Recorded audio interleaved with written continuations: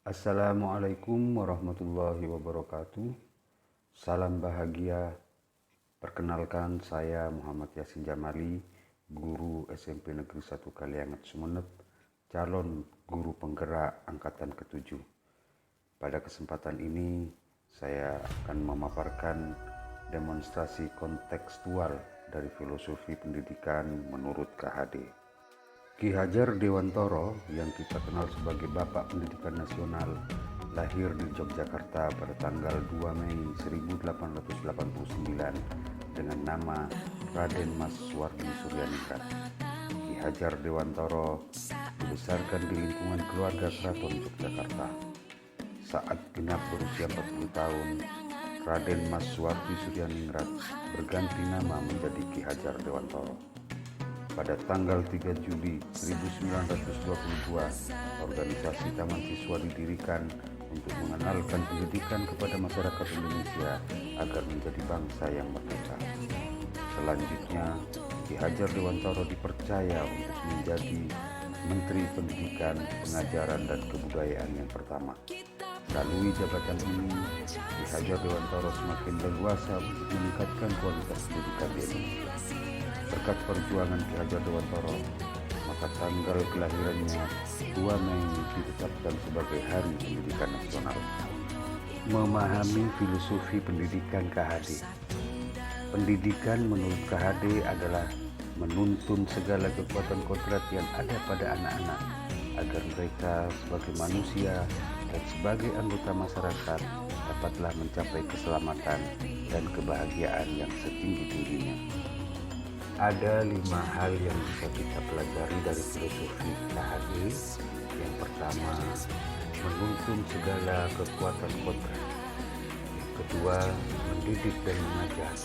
Yang ketiga, mendampingi murid secara utuh. Kelima, mendidik dan melatih kecerdasan budi pekerti. Dan yang kelima, pendidikan yang mengantarkan keselamatan dan kebahagiaan. Bapak Ibu, mari kita kaji lebih dalam lagi tentang 5 hal yang bisa kita pelajari sebagaimana yang sudah saya sebutkan di atas. Yang pertama, menuntun segala kekuatan kodrat, bahwa anak-anak hidup dan bertumbuh sesuai kodratnya sendiri. Tugas guru hanya dapat menuntun tumbuh atau hidupnya kekuatan-kekuatan itu agar dapat memperbaiki lakunya, bukan dasarnya hidup dan tumbuhnya. Ibarat seorang petani yang menanam padi, maka petani hanya dapat menuntun tumbuhnya padi dengan merawat dan memelihara tanpa bisa mengubah kodrat padi untuk menjadi tanaman lain. Hal ini bermakna bahwa guru harus bisa melayani segala bentuk kebutuhan belajar murid sesuai karakteristik yang dimilikinya. Yang kedua, mendidik dan mengajar. Bahwa pendidikan tidak sekedar memberi pengetahuan, namun juga mendidik keterampilan berpikir dan mengembangkan kecerdasan batin murid. Mendidik bermakna pada memerdekakan manusia dari aspek kehidupan batin, sedangkan mengajar bermakna memerdekakan manusia dari segala aspek kehidupan lahiriah.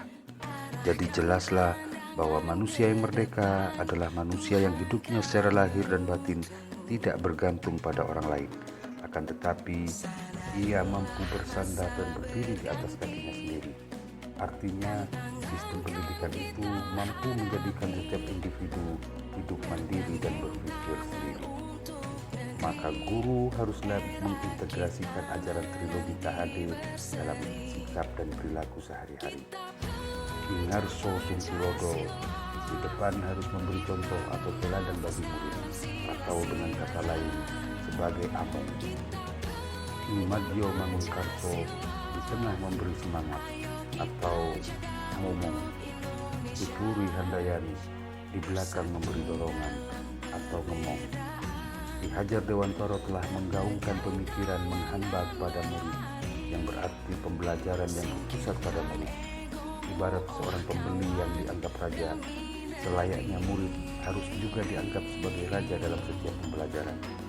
Apa yang menjadi kebutuhan murid harus bisa diakomodasi oleh guru dengan segala macam cara sesuai karakteristik dan kebutuhan murid.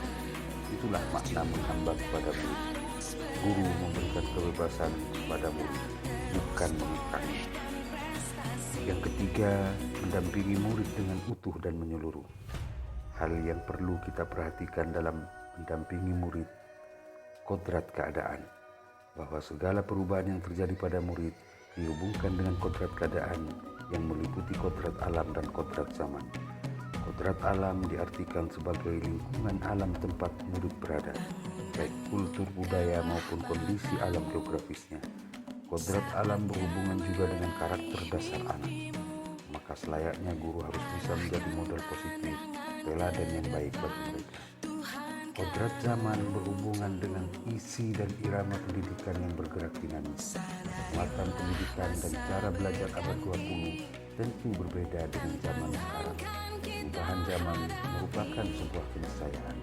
Pengaruh-pengaruh dari luar tetap harus dipilih disesuaikan dengan budaya Indonesia. Pendidik tidak melarang murid mengakses informasi secara langsung dari luar. Asas Trikon mengajari cara murid merespon pengaruh dari luar menjadi fokus pendidik. Murid bisa mendapatkan informasi dari mana saja. Murid harus dibantu cara menerima dan merespon informasi. Kearifan lokal yang diajarkan secara rasional dapat membantu murid dalam merespon informasi. Maka berlakulah prinsip perubahan yang disikapi dengan asas Trikon. Pertama, kontinuitas, bahwa dalam mengembangkan dan membina karakter bangsa harus merupakan kelanjutan dari budaya sendiri. Yang kedua, konsentris, dalam mengembangkan kebudayaan harus bersikap terbuka namun kritis dan selektif terhadap pengaruh kebudayaan di sekitar kita. Yang ketiga, konvergen, dalam membina karakter bangsa bersama-sama bangsa lain diusahakan terbinanya karakter dunia sebagai kebudayaan kesatuan umat sedunia tanpa mengorbankan kepribadian atau identitas bangsa masing-masing. Yang keempat, mendidik dan melatih kecerdasan budi pekerti. KHD melihat manusia lebih pada sisi kehidupan psikologisnya. Menurutnya, manusia memiliki daya jiwa, yaitu cipta, karsa, dan karya. Pengembangan manusia seutuhnya menuntut pengembangan semua daya secara seimbang. Pengembangan yang terlalu menitik beratkan pada satu daya saja akan menghasilkan ketidakutuhan perkembangan sebagai manusia. Beliau mengatakan bahwa pendidikan yang menekankan pada aspek intelektual belaka hanya akan menjauhkan murid dari masyarakat ini. Dan ternyata pendidikan yang berjalan sampai sekarang ini masih menekankan pada pengembangan daya cipta dan kurang memperhatikan pengembangan olah, rasa, dan karsa. Dan yang kelima, pendidikan yang mengantarkan pada keselamatan dan kebahagiaan. Keselamatan dan kebahagiaan yang setinggi-tingginya bermakna bahwa pendidikan bukanlah sebagai tempat bagi anak untuk menjadi apa dan siapa kelak, melainkan sebagai tempat mengasah kekuatan kodrat melalui olah, rasa, dan karsa untuk seperti apa dan siapa kelak. Metode Among sebagai metode pengajaran dan pendidikan yang berlandaskan pada ASI, asah, dan asuh. Lantas, bagaimana mengimplementasikan filosofi pendidikan KHD di sekolah?